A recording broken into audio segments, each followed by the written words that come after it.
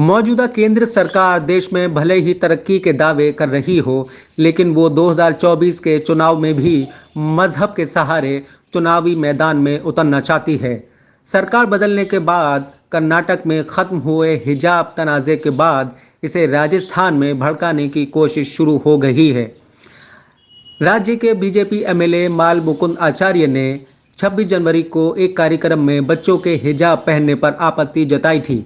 जवाब में स्थायी छात्रों ने जमकर हंगामा किया और आचार्य से माफ़ी की मांग करने लगे। हालांकि बाद में उन्हें अपने बयान पर सफाई देनी पड़ी। इधर उत्तराखंड सरकार लगातार यूसीसी के मामले को हवा दे रही है। चीफ मिनिस्टर पुष्कर सिंह धामी ने ट्वीट कर आने वाले विधानसभा इजलास में यूनिफॉर्म सिविल कोड बिल पेश करने की बात कही है। आने वाले लोकसभा चुनाव के लिए बीजेपी कोई कोताही करना नहीं चाहती। सालों से ठंडे पड़े बस्ते में इस कानून को लेकर फिर हवा देने लगी है। शायद इसीलिए केंद्रीय मंत्री शांतनु ठाकुर ने सीएए कानून जल्द लागू करने की गारंटी देते नजर आए हैं।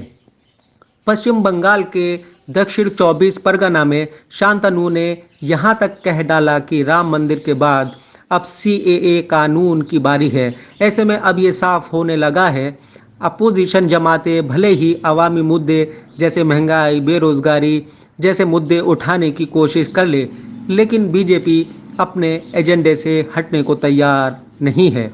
Bureau report.